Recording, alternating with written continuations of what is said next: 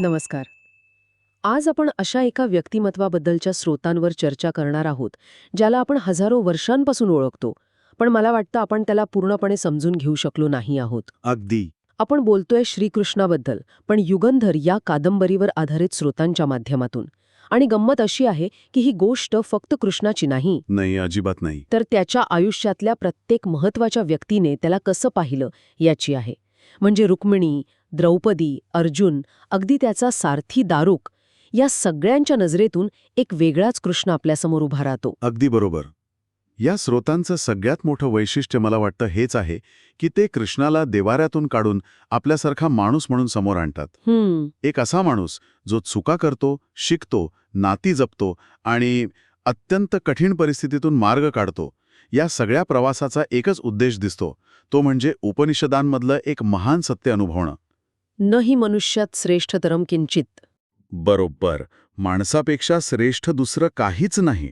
हा त्याचा देवपदाकडून मनुष्यत्वाकडे येण्याचा नाही, तर मनुष्यत्वाची सर्वश्रेष्ठता सिद्ध करण्याचा प्रवास आहे. वाह!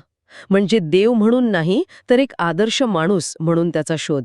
चला तर मग या गुंतागुंतीच्या बहुआयामी व्यक्तिमत्वाच्या प्रवासाचे विविध पैलू या वेगवेगळ्या दृष्टिकोनातून उलगडून पाहूया. सुरुवात होते गोकुळातून.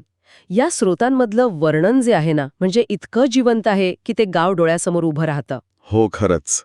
मातीने सारवलेली घरं, ज्यांच्या भिंतींवर गायी वासरांची सुंदर चित्र काढलेली आहेत, घरात दुधातुपाचा सुगंध आणि सगळीकडे एक निरागस प्रेमळ वातावरण आहे. नंदबाबा, यशोदा आणि गोप-गोपींचं आयुष्य.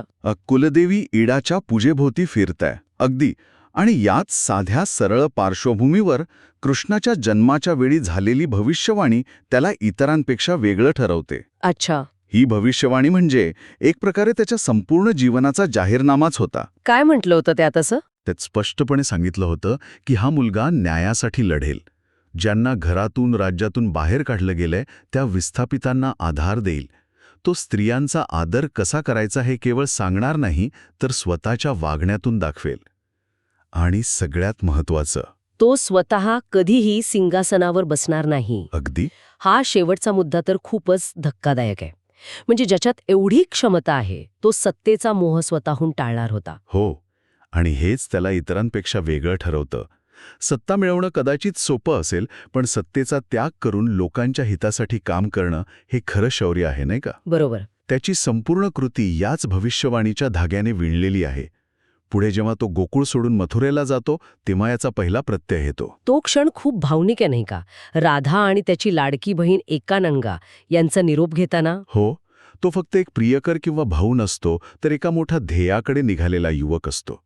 आणि मथुरेतलं त्याचं आगमन तर एखाद्या महानाट्यासारखं आहे.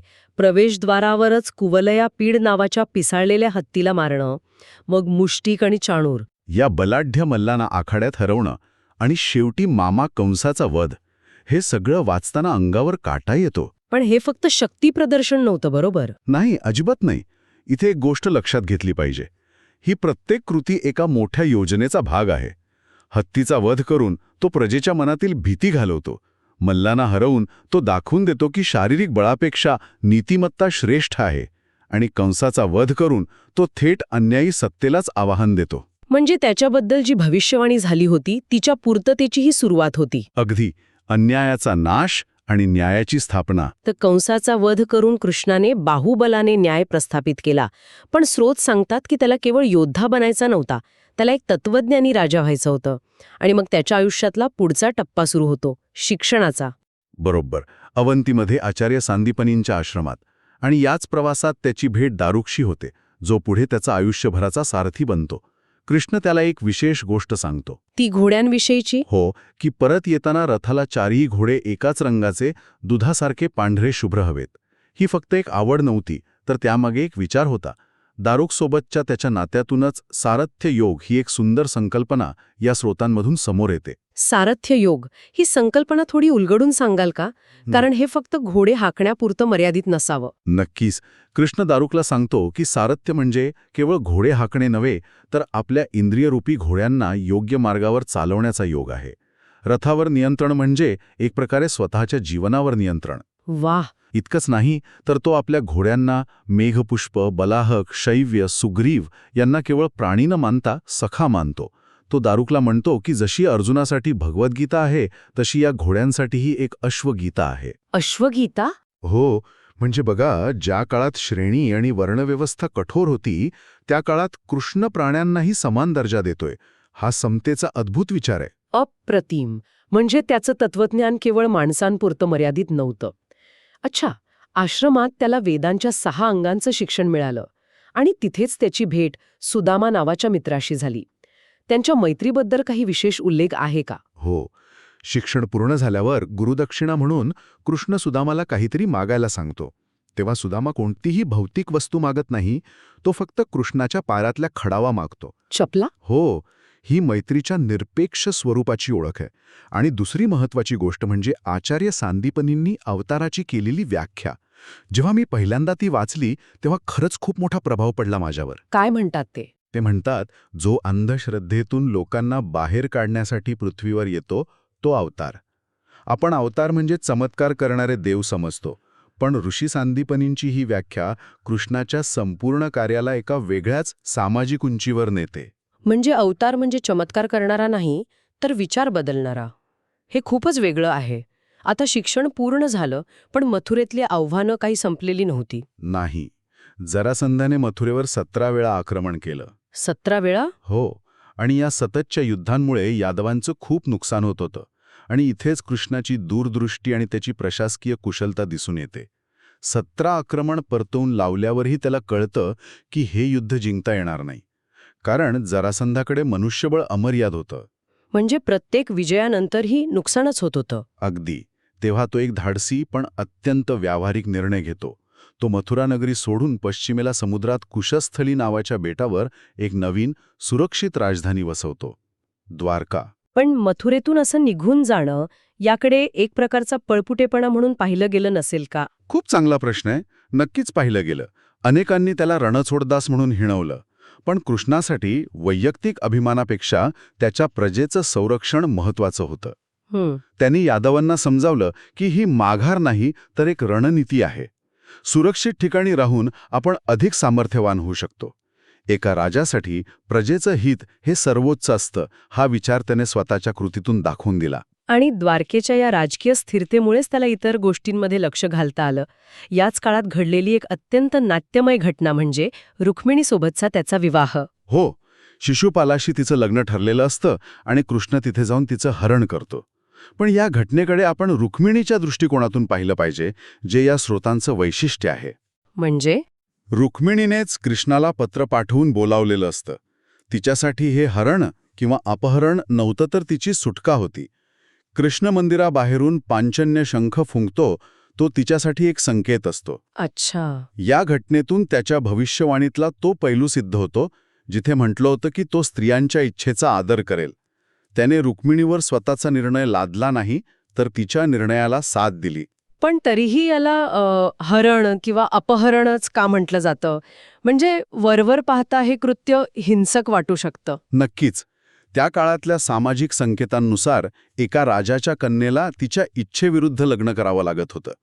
तिने स्वतःच्या पसंतीच्या वराची निवड करणं हे एक प्रकारे बंडखोरी मानलं जायचं. हो. कृष्णाने जे केलं ते त्या सामाजिक नियमांना दिलेलं थेट आव्हान होतं. त्यामुळे समाजाच्या दृष्टीने ते हरण होतं, पण रुक्मिणीच्या वैयक्तिक दृष्टीने ती तिची निवड होती, तिचं स्वातंत्र्य होतं. समजलं. आता त्याच्या आयुष्यात पांडवांचा प्रवेश होतो. सूर्यग्रहणाच्या वेळी कुरुक्षेत्रात त्यांची भेट होते. हो, तर त्यांची बुवा कुंतीचा मुलगा असतो. तिथेच त्याची अर्जुनाशी एक अतूट मैत्री जमते आणि ही मैत्री पुढे भारताच्या इतिहासाला दिशा देणारी ठरते. तो पांडवांना खांडवन जाळून इंद्रप्रस्थ नगरी वसवण्यास मदत करतो, नाही का? बरोबर. तो त्यांचा फक्त नातेवाईक नाही, तर मित्र, मार्गदर्शक आणि तत्वज्ञानी बनतो. युधिष्ठिराच्या राजसूय यज्ञात घडलेला शिशुपाल वधाचा प्रसंग त्याच्या याच भूमिकेवर प्रकाश टाकतो. जिथे तो शिशुपालाचा वध करतो? हो, शिशुपाल भर सभेत कृष्णाचा अपमान करतो. त्याचे 100 अपराध पूर्ण झाल्यावर कृष्ण सुदर्शन चक्राने त्याचा वध करतो. हे तर खूपच टोकाचं पाऊल होतं. आपल्याच नातेवाईकाचा भरसभेत वध करणं. वरवर पाहता ते टोकाचं वाटतं, पण ते केवळ एका व्यक्तीला दिलेली शिक्षा नव्हती. ती एक राजकीय कृती होती. राजसूय यज्ञ म्हणजे एका सार्वभौम राज्याची स्थापना. अच्छा. त्या सभेत शिशुपालाने केलेला अपमान हा केवळ कृष्णाचा नाही, तर त्या सार्वभौम सत्तेचा आणि तिथे जमलेल्या सर्व राजांचा अपमान होता. त्याचा वध करून कृष्णाने हे स्पष्ट केलं की नव्या राज्यात अधर्माला आणि अनाचाराला स्थान नाही. आता द्रौपदीच्या नात्याबद्दल बोलूया, जे मला या स्रोतांमधलं सर्वात गुंतागुंतीचं आणि सुंदर नातं वाटलं. तो तिला कृष्णे या नावाने हाक मारतो. हो, नावामध्येच एक प्रकारची समानता आहे. हे नातं मैत्री, सख्य आणि बौद्धिक आधारावर आधारलेलं आहे. कृष्ण द्रौपदीला एक समान व्यक्ती म्हणून वागवतो. तिच्या प्रत्येक कठीण प्रसंगात तो तिचा आधारस्तंभ म्हणून उभा राहतो. अगदी. मग ते वस्त्रहरण असो किंवा वनवास, द्रौपदीच्याच दृष्टिकोनातून या स्रोतांमध्ये एक सुंदर वाक्य आहे. ती म्हणते, जशी गोकुळात राधा ही आदर्श ग्रामनारी होती, तशी मी आदर्श राजस्त्री आहे. वाव, या एका वाक्यातून तिने किती काही सांगितलं आहे. हो, यातून तिच्या भूमिकेबद्दलची स्पष्टता आणि त्यात कृष्णाचं स्थान किती महत्वाचं होतं हे दिसून येतं. तो तिचा सखा आहे, तिचा मार्गदर्शक आहे. आणि मग तो क्षण येतो जो या संपूर्ण कथेचा केंद्रबिंदू आहे, कुरुक्षेत्राचं रणांगण, जिथे अर्जुन शस्त्र खाली ठेवतो. हो, तो पूर्णपणे खचून जातो. अगदी. तेव्हा कृष्णाने त्याला जो उपदेश केला तो गीता म्हणून ओळखला जातो. या स्रोतांमध्ये त्या क्षणाचं वर्णन अर्जुनाच्या दृष्टिकोनातून दिलं आहे. तो किती हताश झाला होता हे त्यात दिसतं. तेव्हा कृष्ण त्याला समजावून सांगतो की तू ज्यांच्या मृत्यूचं दुःख करत आहेस ते माझ्या विराट रूपात आधीच मृत झालेले आहेत. मी काल आहे. आणि त्यांचा अंत निश्चित आहे. तू फक्त निमित्त मात्र बनायचं आहेस.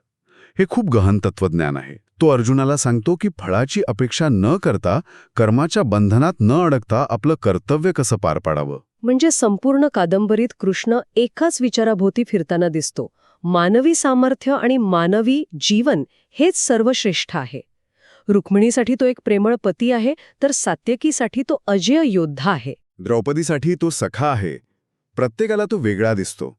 आणि हेच युगंधर या संकल्पनेचं सार आहे. तो कधीही एका भूमिकेत किंवा एका व्याख्येत अडकून पडत नाही. तो सतत प्रवाही राहतो. आरशासारखा. अगदी, ज्यात प्रत्येकाला स्वतःच्या प्रश्नांची उत्तरं मिळतात. म्हणूनच तो काळाच्या पलीकडे जाऊन मानवी जीवनाला दिशा देणारा युगपुरुष ठरतो.